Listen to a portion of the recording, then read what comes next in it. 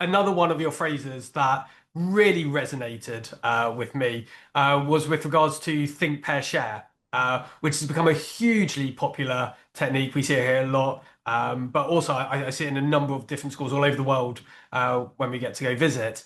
And your phrase about think, pair, share, about not skimping on the think part.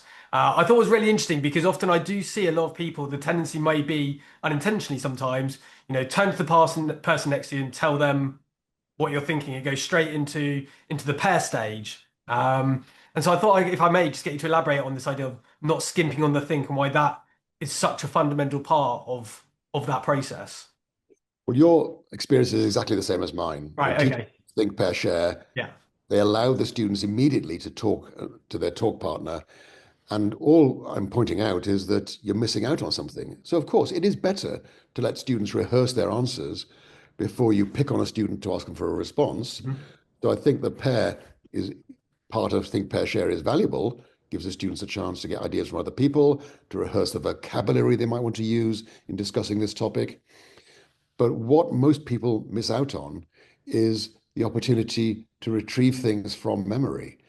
And when you emphasize the think, and I would say at least 30 seconds, Yeah. give this 30 seconds to retrieve everything they can remember about this particular topic from their long-term memory, then you're giving them retrieval practice, and that strengthens those memories.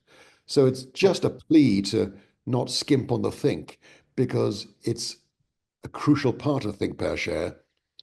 And if we don't do that, then we're not using students' time as effectively as possible. And just out of curiosity, why do you think there might be that temptation to skimp on the thing? Do you think maybe because people don't like the awkwardness of the silence?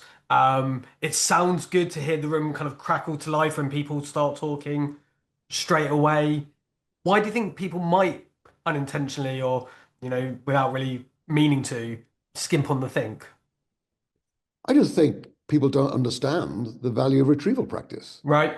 So it does seem like dead time. Okay.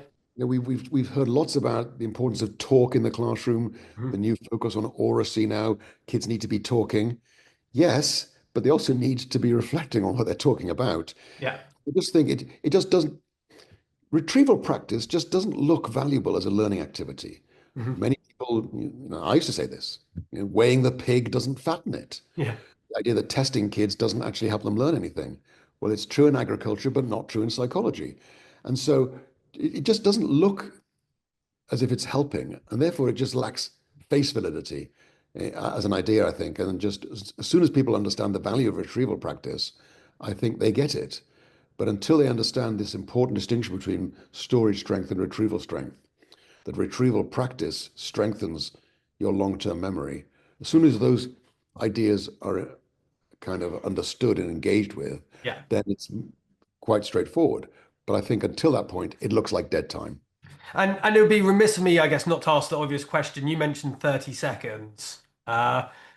Any indication of like why 30 seconds? How would it ever be significantly longer or under conditions significantly shorter? Um, why 30 seconds as a potential benchmark or minimum threshold? Well, I won't go to the stake on that 30 seconds, and the error of measurement for 30 seconds is probably at least 30 seconds. Yeah. But the point I was trying to make Yeah. is that I'm trying to kind of get teachers out of their mental set Yeah. and up to their own devices. Even if they do the think, they probably won't do it for more than 10 seconds.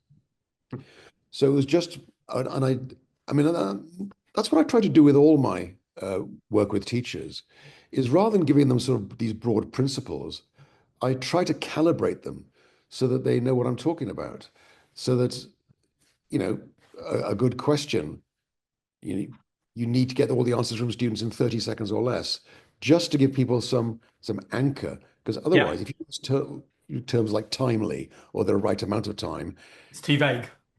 it's too vague. It doesn't mean anything. There's just no information content. And so, as I said, I won't go to the stake on 30 seconds, but it's longer than most teachers would normally allow. Yeah. And therefore, it just helps break that mental set.